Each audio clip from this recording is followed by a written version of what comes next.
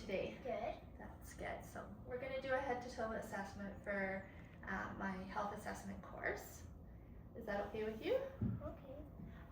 And we also have to get your consent that it's okay that my instructor watches this video. That's okay. Okay, perfect. So the first thing I would do is wash my hands and make sure that the door of the exam room is closed and the windows are coverings are closed. I would complete my general survey, which would be that Slater came into the exam room unassisted, relaxed, with no apparent injuries or no apparent distress. He's pink, well perfused, there's no increased work of breathing. I see that they're on his extremities, he's dry, warm, and intact. There's no obvious signs of trauma. So I would move on to the next piece of the assessment, which would be the eyes. I can see that his eyes are bright and healthy. The sclera are nice and white. His pupils are equal, they're round, they're intact. And then I would check them and the cranial nerve number 2, which is also known as the optic nerve, to see if they accommodate, which is when I do the light test. So if you watch my nose, I would shine the light in each eye, and I see that Slater's eyes are responding appropriately by the pupil shrinking or constricting when the light is shining. So then we would do that on both eyes. We would also do the confrontation test, which tests peripheral vision. So I would get Slater to cover one eye, and then I would ask him how many fingers he sees. 2, 2, 2, 2. In the 4 visual fields, and then we would also do that on the other eye. Then we would move on to test the cranial nerves 3, 4, and 6 with the cardinal positions. So I get you to keep your head nice and steady, look right at my nose, and then you're going to move your eyes with my finger. We are looking to see that Slater tracks his eyes parallel, and if there's any pain or double vision when we do that. Is there any pain or double vision? No. Okay. So the next thing we would do is the Snellen eye chart. So Slater's gonna stand 20 feet from the chart, and just for the interest of time, I'm going to ask Slater which line he can read. I can read 7. Okay, can you read line 7 for me? FELOPZD. Okay, so we would say that Slater has 20/20 vision with no errors, so no -1 or -2 in that one eye that he was covering. And then we would also get him to cover the other eye and do it on the other eye.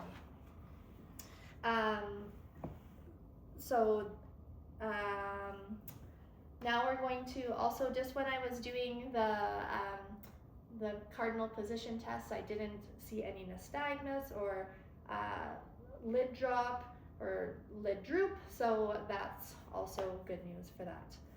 Moving on to his ears, I would inspect the outer ear on both sides. I would see that they're about the same size and shape. I'm palpating them. Any tenderness? No, so no obvious issue there.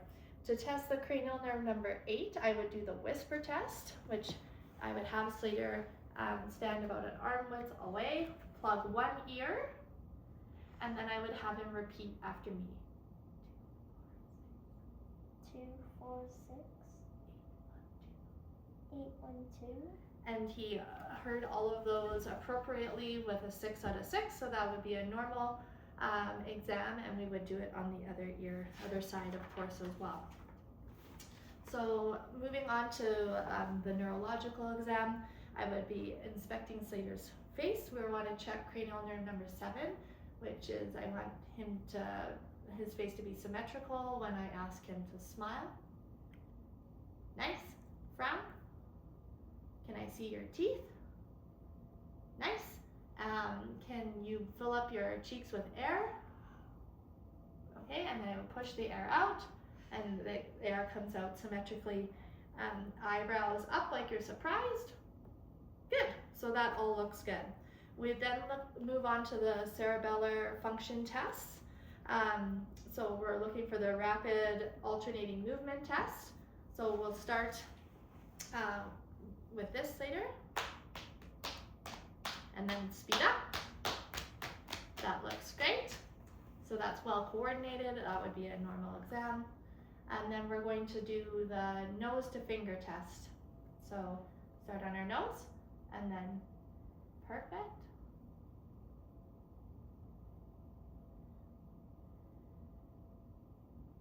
Nice, so Slater was able to do that with lots of coordination and smoothly, so we would say that that is within normal limits. Going to test your reflexes. We're conveniently here, so we're going to start with the patellar reflex. There, and we get a positive, so I would grade that as a +1 or a +2, which is a normal limit. If it was very, very brisk, it would be a +4 or hyperactive, and +3 would be brisk. Those could be indicative of a concern or a disease. So then we would move on to the bicep, and I can feel Slater's moving into my thumb, so that would be a +1. We can do brachial radialis, where I'm striking the radius, and I would say that's a +1 as well. We can then move on to test the Achilles, and I'm expecting him to plantarflex into my hand when I strike here. Good, so we got a +1.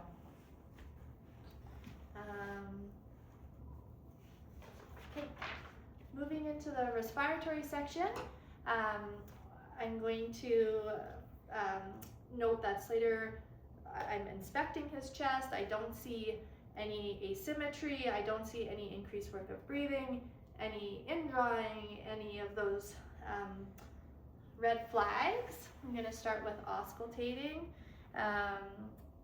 on his right side.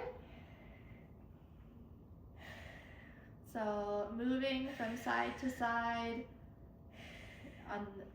Anteriorly, there's 5 different landmark sections here in the intercostal spaces.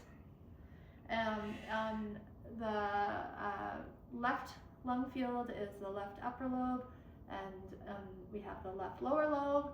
On the right, we have the right upper lobe, the right middle lobe, and the right lower lobe. I would also listen posteriorly. There's 9 different spots on the back here. Big breath.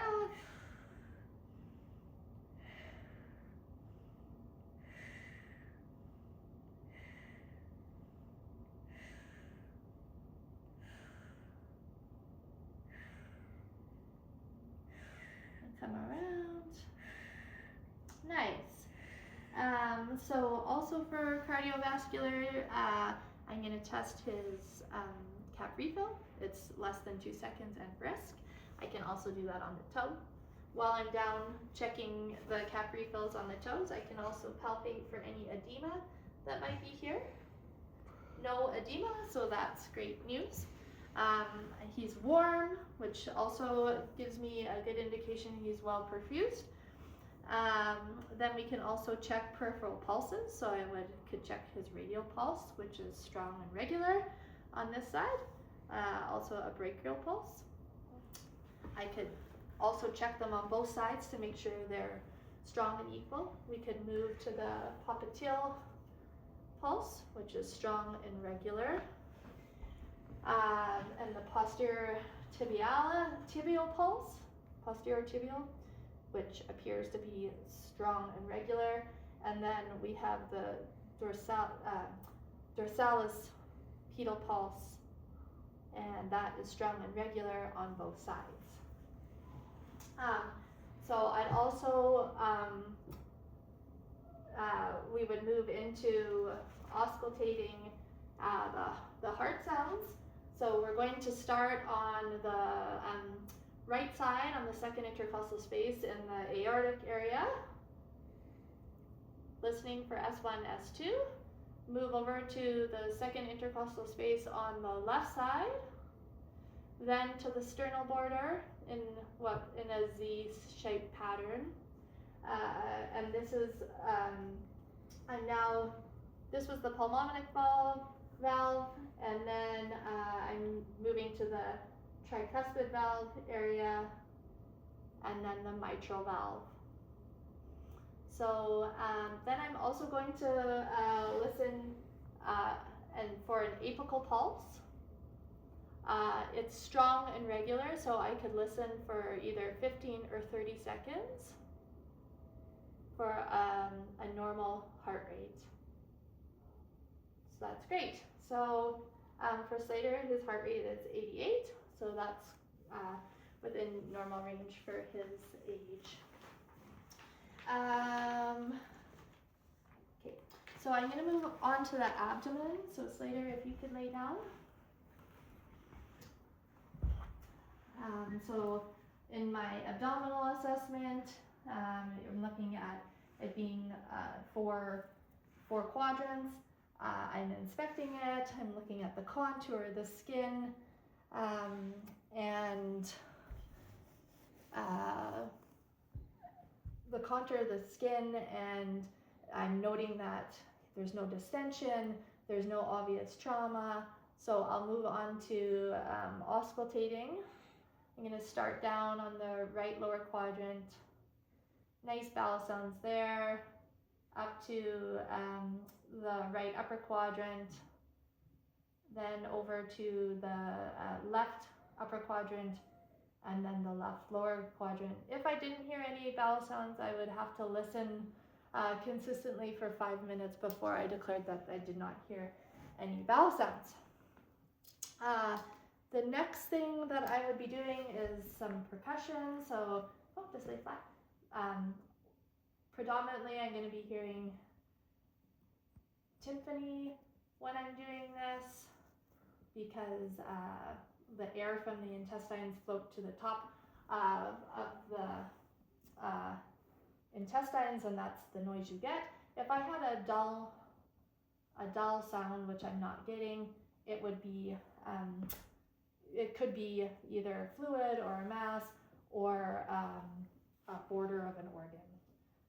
The next thing I would be assessing for is just light palpation, looking for any tender spots, looking that the abdomen is soft, and Slater's abdomen is soft and non-tender, so that's great.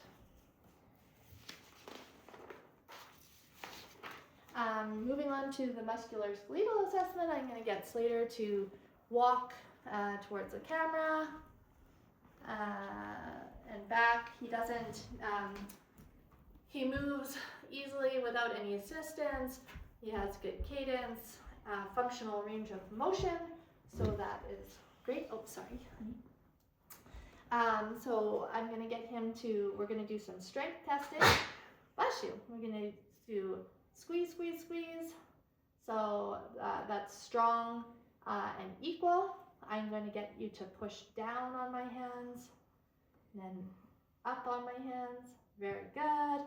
On the feet, I'm going to get you to push down. Good. And up. Good. Same with the knee. So push up to this hand. Okay, and down. Okay, if I was to do your wrist, if you could push down, okay, and then up. Good. Okay, so that's all within normal limits. So the next thing we're going to do, Slater, I'm going to check your range of motion. If you stand up, just stand up. And we're going to get you to bend forward and touch towards your toe. And I'm looking for a flexion about 75 to 90 degrees. So if you stand up, then I'm going to get you to extend backwards. So that is a good extension of about 30 degrees, which is what we're looking for.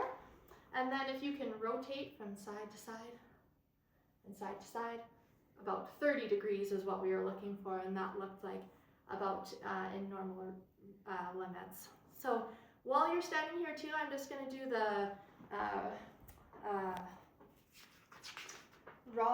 Romberg sign. So I'll get you to stand with your hands at your side, and then I would wait 30 seconds to see if you were swaying or not.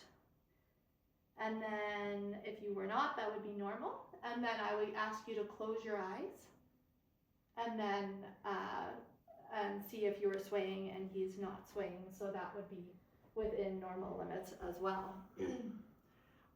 To check the range of motion for his neck, I would ask him to touch his chin to his chest. Good. And so that looks great. And then we're looking for about a flexion about 45 degrees. And then if you put your head back up. Okay, that is also a good range of motion. And now back into neutral. Now I'm going to ask you to try and touch your ear to your shoulder without moving your shoulder. Keep your shoulder down. Good. So that's good. And then up to square. And then down again. Again, we're looking for about 40 degrees of range of motion. And then if you were to turn your head from side to side, we're looking for about 70 degrees of rotation there. Yeah. Thank you, Slater. You're welcome.